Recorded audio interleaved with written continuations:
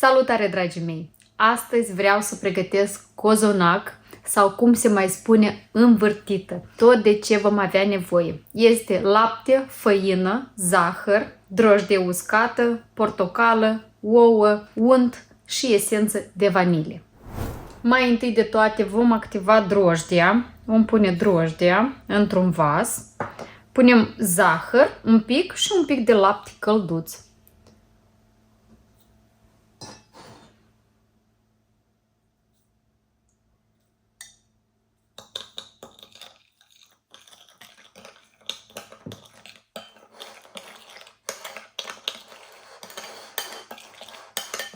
Am acoperit-o și o pun deoparte pentru câteva minute să se activeze. Între timp o să curăț coarja de portocală și am să o mixez. Doar sucul rămâne. Deci stoarcem sucul, îl bem și restul folosim.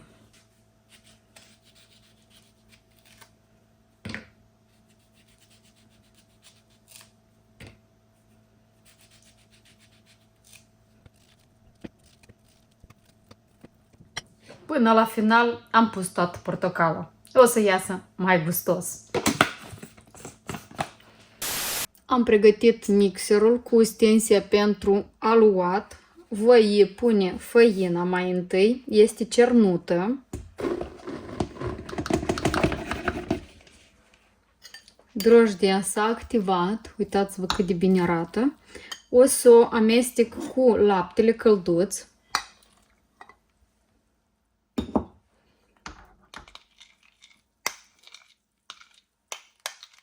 Turnăm aici laptele cu drojdia, zahărul și o să adăugăm doar gălbenușurile de ou, fără albuș. Și o să mixăm bine.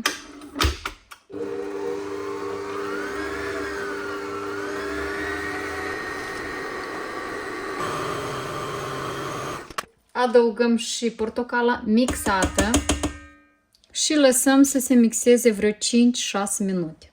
Dacă frământați cu mâinile, atunci chiar vreo 15 minute frământați foarte și foarte bine.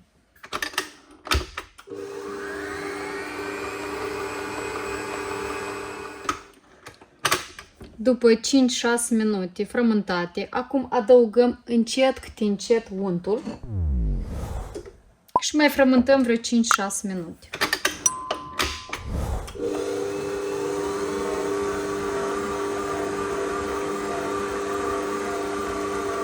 Aluatul este gata. E destul de moale. Voi, dacă nu aveți mixer, îl puteți frământa, v-am spus, cu mâinile. La sfârșit îl bateți așa de vreo 50 de ori așa în masă. Foarte important, că devine mai puhav. Acum îl acoper cu peliculă alimentară și cu un prosop și îl pun la cald. E nevoie să crească așa, să se tripleze, așa că depinde de cât de cald o să fie acolo unde îl veți pune, atât de repede o să se ridice. Deci la vreo oră jumătate, chiar și 2, are nevoie să se ridice. Pentru umplutură o să folosesc albuș de ou, nucă măcinată, zahăr și cacao. Mai întâi de toate o să bat albușurile cu zahărul.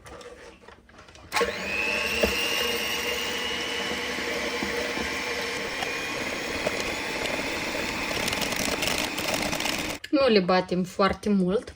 Acum adăugăm cacao și nuca și le batem la volum maxim.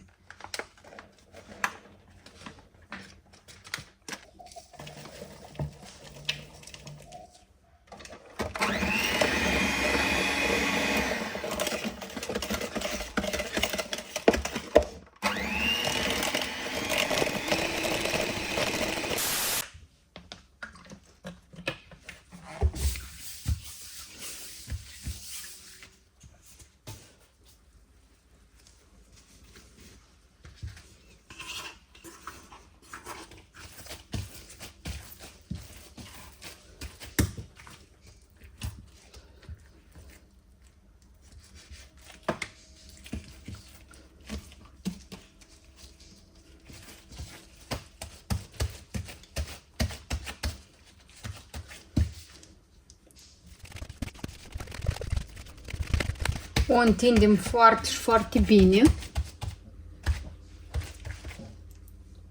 și punem umplutura. O împărțim în jumătate.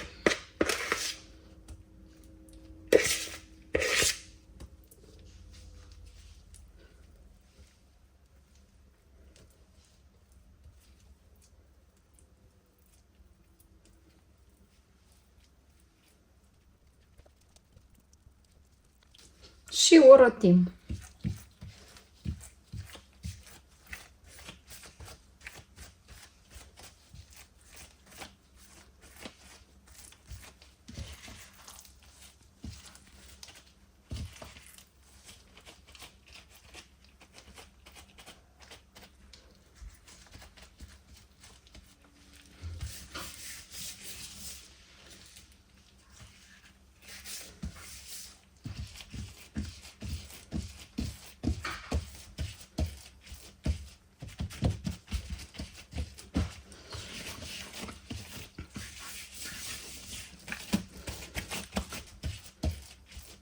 La fel procedăm și cu a doua bucată.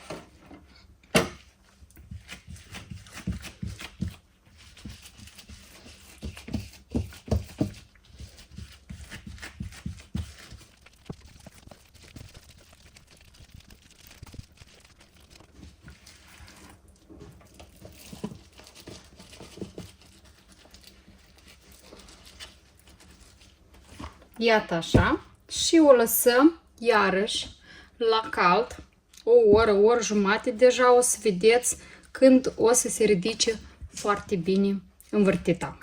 Cozonacul meu este gata. Deci după jumătate de oră ce a stat în tavă, l-am pus cuptorul aprins la 175 de grade o oră. Iarăși în dependență de cuptorul vostru. La mine puțin, vedeți, s-a crăpat și o ieșit puțin umplutura, dar eu am pus destul de multă. Voi puneți mai puțină. Mie îmi place mai bine scurgă și să fie multă decât puțină. Și am presurat așa un pic de zahăr pudră. Acum și-l tai și vă arăt cum arată în interior.